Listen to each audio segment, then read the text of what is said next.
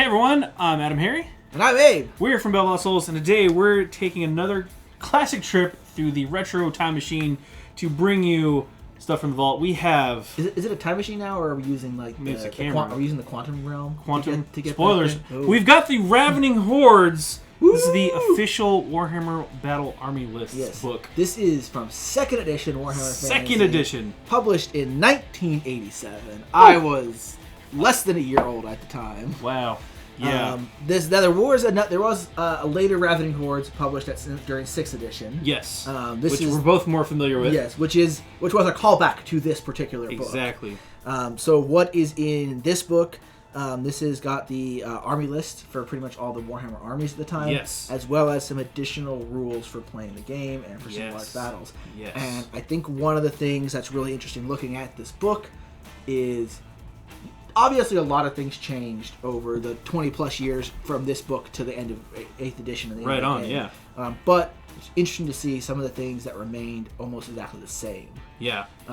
Yeah, there's a lot of, and we'll go through a lot of that here. Again, this is an old tome and a much loved book. So we're gonna go through here kind of gingerly, but there's a table of contents to get an idea of what we're looking at here. You can see copyright 1987. Yeah, there you go. So in this book, you've got the introduction, you've got some new rule sections, then you have army lists. These are like armies that can fight on their own. Then there's allies, armies that can like ally with other armies, and there's mercenaries. Yes. Because that was basically what the old 6th edition Ravening Hordes was. Well, 6th edition Ravening Hordes was everything. Right? Was everything. Yeah. So. So this is just kind of talking about why you should use army lists and stuff. Not that important, really. Well, it's just how to do right. I forces think the one thing that is, I think it's on this page. Yeah. Yeah. So one thing that's interesting is they talk about the points, right? Yeah. How many points? And they say the standard game that takes about 2 hours should be about 1,500 to 2,000 points. Yeah. So 2,000 points remained the standard game size for a fantasy game, right around 2,000 points. Yeah. Up until 8th edition, really. Right. Yeah. So for like 20 years. Yeah. They were like, nope, that's how big it should be. 2,000 points, which is interesting that there wasn't much change in like that. Even overall. today, most standard match play games in Age of Sigmar are 2,000 points. Like that's the standard that everybody likes to play at. Really, so these are some new rules for fighting big games. One of the things to pay attention and bear in mind about 2nd edition Warhammer Fantasy is you were supposed to play with a game master. Yes, that's a huge difference. Which is a huge difference. That's something that dropped out at some point, but you can see they talk about it like, once the 2 diagrams are complete, hand them over to the GM. The GM will do stuff. Yeah. So these were more. Remember, originally, in a lot of ways, the original Warhammer Fantasy was more of an RPG. Yeah, it was a fantasy battles role playing fantasy battle system, mass combat battle system. Yeah, type thing. And I remember I heard one review. I remember reading one review like that was from back in the day, but they were like, it's better as a mass battle system than an RPG. Yeah, which was funny. Yeah. But yeah, so definitely this was more of an RPG. There was a game master. Some of these battles were more designed for multiplayer also. Right. Talk about if you have more than 2 players in the game. Yeah. So this is just some extra like deployment stuff.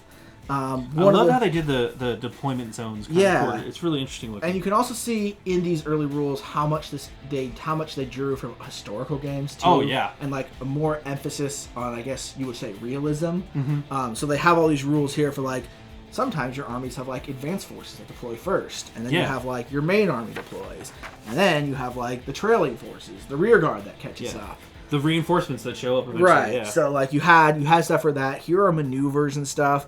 And you can see a lot of this stuff. It borrows heavily from historical war games. Borrows heavily from historical, and some of it stayed in the game for a long time. Like, I think what's interesting is they had rules. They have the wedge formation, right? Yeah. Which you might remember, like, the Bretonnian lance was basically a wedge formation. This was also, the formation. There was an archer unit that would do a wedge formation. And that's separate. That's archer wedges. Yeah. So this wedge formation, you could only go into it during your charge. You made a roll while you were charging to change into a wedge formation, which is actually really interesting and more historically accurate. That kind of thing obviously fell out of the game, though. But you have stuff like that. You have rules for snaking, which is actually a rule that kind of stuck around for a long time in the game. I remember that thing, So, like, that was still a thing. And then you get into, like, rules for unit leaders and challenges.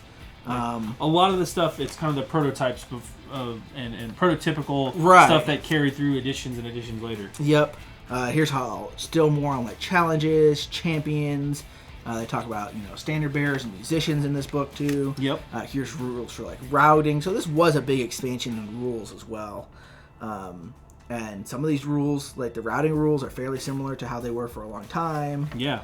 And then we get into the army lists themselves. Now, this is a funny little thing we've got tucked in here. This came with the book when we bought it. This is apparently a handwritten Pygmy army list. This is actually the army list that they were going to play with. Yeah. The Pygmies rules are not in this book. I don't know if they were official or this guy made them up.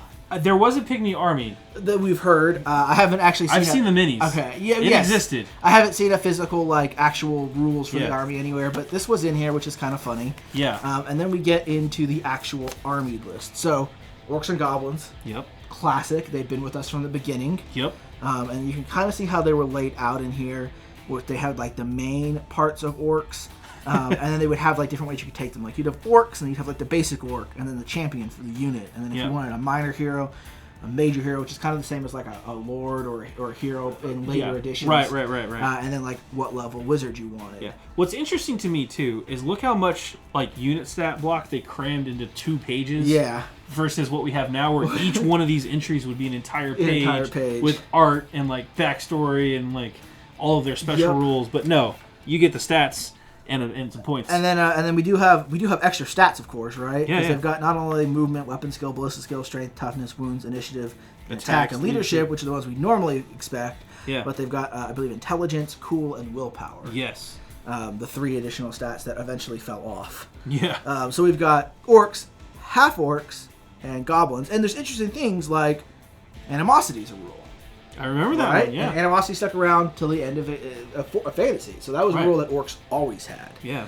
And then you've got those different stats. And then you've got other things. You've got rules for if you want to make your guys savage orcs. You've got snotling rules. Here, yeah.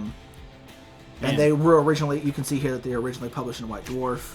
And then they were changed. And here, right. That's a note here. So some of the stuff had been in White Dwarf before.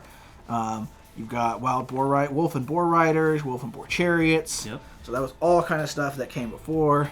Yeah, it's just all, again, we see the thread carried through all of the editions of Fantasy up until Age of Sigmar even. Yeah. And these are actually like the full, how you do like an army. So you're like, I can have Orc champions, Orc minor heroes, Orc major heroes. There's the point cost for each, and they talk about like how what weapons you can have for all of them. Again, it's very interesting the format, how they did this. The later formats, they took these sections and chopped them all up and did them very differently. But I do think it's interesting how they put actual numbers next to unit requirements. And again, this has changed throughout multiple editions of Fantasy, and we see this reflected in both Warhammer and Fantasy and 40K, even to Age of Sigmar, where they've changed the way you build your army list. This one had like 0-6 choices and stuff like that. Later on, we'll see stuff like, not in this book, but later editions, you started to add the force organization charts. And right. Like that. So and this also, interestingly enough, not only has like you have to have 4 to 16 of these, or 4 to 18 of the champions and heroes combined, but they also have points. You have to spend this many points and up to this many. Remember percentages? That was a thing. that was a thing. So you've got that. Also, back in the day, we did have half points. Yep. So you can spend half a point for a lot of things, just to get more grittier. Quarter point. So more grittier. So a boar costs 13.25 points. Wow. I don't know why they felt that was necessary. I will never understand that. Fractions, bro. I don't know. So we've got that, and then you've got your magicians, which is what they called wizards back in the day, funnily enough. Yep. And then you've got rank and file, so you can spend, again, the bulk on your rank and file. Yep. And then you could have this many points from the mercenaries and this many points from the allied. Yeah. 600 points of mercs. And 600 points of allies. And there's specifically different types you can take. You can take hobgoblin mercenaries or ogre mercenaries, or lizardmen or undead allies. Which is interesting. That's an interesting combo. You didn't see that. Yeah. And I love that they have this little tactics section. It's like, hey, here's some tips on how to win. But, even back then, 3 paragraphs deep of 3 tactics. Yep. And I mean, and a lot of this stuff, if you read it, some of these units obviously vanished eventually. Half orcs kind of went away. But a lot of these things, I mean, there are still savage orc in the game today. It's War funny riders, too to me. trolls. It's funny too to me, like the 0 to 40 options. Yeah. Like obviously they're talking because again this was more role playing than mass combat, or the mix was there. So that's why they had 0 to 40 wolf riders. It wasn't 40 units of wolf riders. It was literally you could have up to 40 wolf rider models. And you would kind of like arrange them and stuff. And what's interesting, they also have this skirmishers thing, right? This is again borrowing from like real historical stuff. Yeah. These aren't units you take. Yeah. These are, you designate this many models from other units to go act as skirmishers. Yeah. And they get their own thing, which is, from historicals, that's how they do it, right? They take parts of units and make them into skirmishers. So let's move through here. That's the Orcs and Goblins list. We're not going to spend as much time as the other ones. We are going to show They all kind of follow the same thing. Yeah. So next we have Undead. Again, this is a little more, they have a bigger variety of like individual units. I want to call out too, this was in the era when Undead was like unified factions. Yep. So what we'd like to call it is the wet and dry split. This is wet would be vampires, skeletons. Dry would be mummies, skeletons. Right. So you have necromancers. Yeah. I don't even know if skeletons. there's vampires in here. Undead cav. You do have mummies. I thought I saw vampires, but I could be mistaken. It could be. Maybe the minor champions. Or heroes ghouls were in here, zombies. All that stuff. Yep. Specters, so they whites, do have ghosts, literal ghost units. They also used to have blunderbusses, I guess. Yep. I don't think vampires were in this. I don't know if they were at the time. Whites though, but you get the idea. This was more like the necromancer army. Yes. Right. That has raised their undead. And somehow they threw mummies in there too, because why not? You can raise a mummy. Necromancer. You could always, necromancer. In medieval Europe, mummies. I don't think that's a thing. Then we get again. They can take mercenaries, hobgoblins, orcs, and ogres. Or allies with dark elves and lizardmen. Speaking of dark elves, there you go. We got the dark elves here, and again, kind of the same thing. They still had witch elves and cold ones. So again, a lot of this stuff. Yep. Assassins. And I think going back, if you look at it, second edition is where a lot of the stuff got codified. First edition was just like, here's a bunch of random stuff. Yep. Skaven. They're up next. I want to show their page off. Look at those beautiful Skaven models. Those are just art, dude. Yeah. There's some models that are pretty similar. But again, Escher Assassins exist. Or Escher Assassins. Never went away. You got all the pestilence, plague sensors. Yep. Still a thing. Special rules for flamethrowers. You remember? Man. Right? You remember they were just called sky or fire throws at the time, but that did get changed. Then we got Skaven. Here we got a beautiful picture. Here we get into the colored part of the codex where they actually had to do that. Dwarves versus orcs and goblins. And I want you to see how small of a combat this is, too. Right? Like relatively speaking, you've got about a dozen or so models on one side against roughly the same size forces. Mm-hmm. This one's a little bigger here. Yeah. Again, this is because it was supposed to have a game master. Yep. More RPG elements were supposed to be involved. And I'll point out that there is actually a formation in this book of a square. You can form square in this book. Yeah. So this kind of formation is actually not necessarily illegal. I also think it's really interesting, too, that the way that they based the models, they've actually made dioramas for the models. So this is like a very historical style of doing stuff. And if you look at some of the older 40K pictures, also you'll see similar. Yeah. Where they don't where they actually use they hid the bases. They hid the bases, and the ground is actually gravel and stuff, like real dirt. This is something you see a lot of historicals. Yeah. Where they're doing that kind of thing and making these dioramas. And then we've got a little fight between some Empire swordsmen, I think, and that's clearly not Gandalf right there. Yeah, not Gandalf. But anyway, we continue there with the Skaven list. More Skaven stuff. Yep. Again, kind of the same thing. And then we get to Chaos. Yeah. Chaos Skaven adjacent. I just like that they're chaotic fighters. Not warriors of chaos yet. They're just chaotic fighters. You know what's funny too is that actually Skaven does not have any chaos allies, which is interesting. Yeah. So I also like that you can take chaos thugs for 8.5 points. 8.5, man. I'm really again. We don't have like cultists yet. We've got thugs, marauders, warriors, champion, knight, lord, sorcerer, and then we get to the sorcerers, which is just interesting. And chaos dwarves. What are those? Are part of chaos. Yeah. But I just really like chaos thugs. I want an army chaos of chaos thugs. Yep. It's the name of your first album. Yeah. Chaos but we got Beastmen, and we got old Scorpion Tail dude here. Yeah.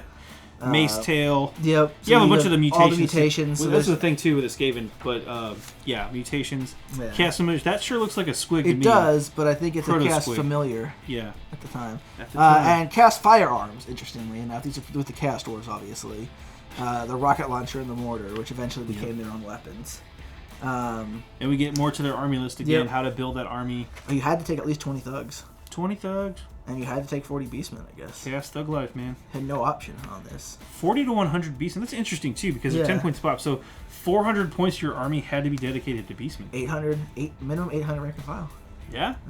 Well, there's 400 of your points right there. 400 points right there, yeah. Interesting. So, I mean, like, you can tell that these games, well, they weren't necessarily as big as modern stuff. They weren't always small games either, right? Like, if you're playing a chaos list, you've got at least 60 models right here. Yeah, that's a pretty solid, which is pretty sizable list. And what's this? Nippon. Oh. So this was the first and I think only time we had Nippon, which is basically Japan, fantasy Japan, had its own own army list in here. You almost said Chaos Monks, didn't you? I did. Yeah. I mean, I assume they got eaten by Chaos at some point. Or the ogres. Vanished. Yeah. But you had basic profiles, champions, minor heroes, wizards, and they could take samurai. Funny. They just have basic profile. It's not even a dude. Just a dude. So you got samurai, warrior monks, ninja assassins, lots of different stuff here, pretty right? Sweet, man. I mean, this is like really a weird thing because these are just Japanese kamikaze suicide squads. Yep. Whoa. Ninjas, peasants. Wow. Arquebuses, firelock pistols, rockets. I mean, this is very clearly just... This is historical. This was their fantasy historical take on Asian armies, essentially. Yeah, I don't even think they get... Did they even get sorcerers? Was that even an option that they got? Ooh, good question. They got explosives. They did get wizards. They did get wizards. Okay, so you could... So it did have a fantasy element. Yeah. But yeah, this is an... I mean, Nippon's been on the map of fantasy for the whole time. Yeah. It exists past the Ogre Kingdoms with Cathay and Nippon. Right. But this is the only time they ever actually had rules, and I think they made some models too. So you've got... check that cannon out, bro. Big old dragon cannon thing. Yep. Bombardiers and stuff. So yeah, very interesting. Yeah. This is very much just... You had to have at least 10 samurai. Oof, yeah. You could have 50 Ashigaru. Which again are just the basic Japanese feudal troops. Mounted archers, mounted crossbowmen, cavalry. Yeah. Real weird, real interesting. Pretty interesting, yeah. And we also had Norsica, which was just Norse. Yep. Which eventually became, kind of Norse Marauders, Norsica, but at this point they're just Vikings. Yeah. Right? They're not Chaos. They're not part of the Chaos list. Nope. Got Huskarls and stuff like that. Yeah, like these are just Vikings. Berserkers are there. Yep. Yep. They have sagas and stuff. Yeah. Then we get to the Empire, which, hey, Imperial Guard, that's 40k, isn't it? Not yet. High Helms. So these actually are something that changed a bit. There's a few armies that have, but they do have things like flagellants that are in there. Man. Back Take in the me day. back. Blood cannon, bombardier. So definitely things have changed, but it's just really interesting to see the old format because again, this is text heavy. There are pictures, but it's just not hand drawn. Not a lot of photography except for the one section. Levies, militias, foresters. Wow. We got dwarves. Again, they used to have the trebuchets, which turned into catapults later, but they still have like organ guns. Oh man! I like the Engineers Guild is a thing too. Yeah, I like to have Imperial Doors who come from the Empire. Wow. And stuff like that, or maybe they're trying to reclaim the Dwarf Empire. I'm not certain. So we got dwarves, flame cannon. So a lot of stuff. I like arquebus. They used to have arquebuses throughout the game. They turned into handguns eventually because I guess they just figured that was an easier thing to say. Yeah. So you got that. Sappers too. Those. We got elves. And this is a mix too because it looks like they have some shape-changing boars. Yep. And some other rando elements. Shape-changing wolves. I don't know what happened with that. Yeah. The elves were definitely a distinct, different fantasy element. So pretty crazy looking stuff like that. Bears, you could just take animals, but war dancers. So this is definitely like more of a wood elf army. In fact, you can see they say wood elves. You say have all elves and they have wood elves. So they actually split up high elves, wood elves, and then we saw dark elves earlier. They do make a distinction, but this is a combined high elf and wood elf list basically. Yeah. So we got all that. Cool banner art. I like those. Yeah. And then we get to allies. So these are units you can take in the ally. If you can be allied with the units. Yep. These are the ones. So you can't take the full list as allies. No, just a limited selection of allies. Again, it will say like in these two sections, you've got mercenaries and allies. Yep. So you've got dark elves, what you can take as allies, and it's kind of limited. Dwarves are really just like their basic dwarves and heroes. Crossbows, berserkers, and stuff. The Empire, you can take these as allies. Yeah. Interestingly enough, they have some units that are only allies, like giants. Yeah. Are only allies. Gnomes. There's an entire gnome list. Adam's favorite race. It didn't look like anything to me. So you can take an entire gnome army. Why are you pointing at that blank section of the page? It doesn't look like anything to me. Halflings were allies. Lizardmen were only allies. They didn't have their own list. Yeah. Orcs and goblins allies. Very interesting. The sea elves. Oh, way back in the day. Way back in the day. These were clearly more like weird Viking elves or something rather than undersea elves. Debatable. Based on these pictures. Wow. But yeah, sea elves. Treemen. That's crazy. Dad, good, Sea Elves. yeah. All the way back, 2nd edition. Not Ravening mermen, Hordes. but sea elves. Yeah. Pretty So yeah, intense. there's some interesting stuff in this book, definitely. more Wood Wood elves as a separate thing, and then Undead. Yeah. You can take mummies as allies. I like that. Did you bring your mummy? And Zoats. Zoats as allies. Zoats. These are. Zoats, by the way, are the rare, reclusive, and powerful creatures.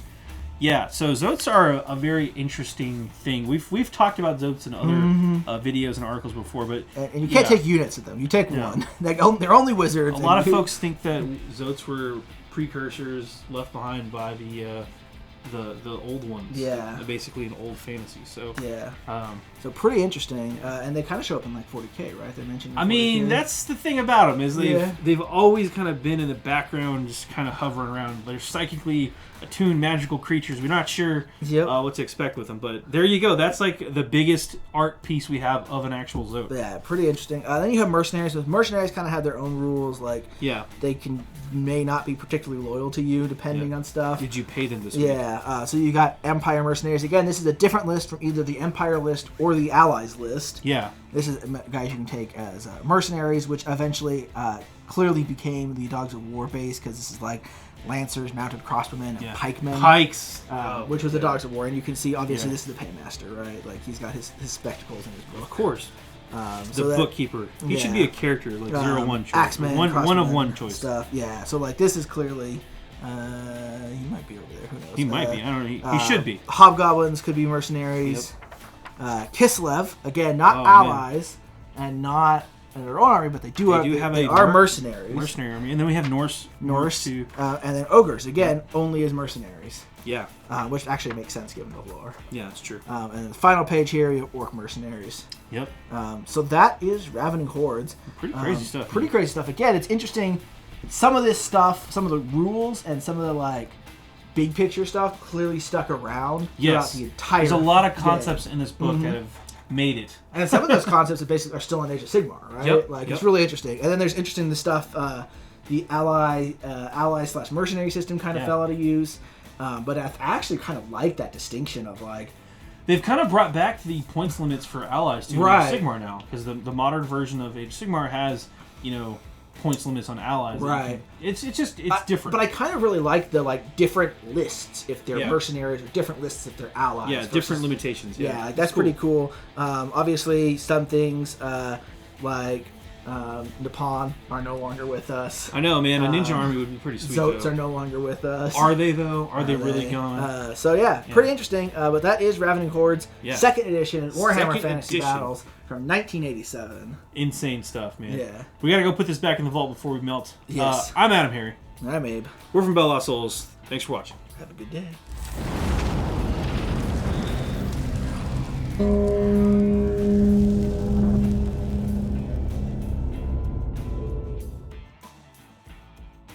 Click to subscribe. Check out more videos. And thanks for watching.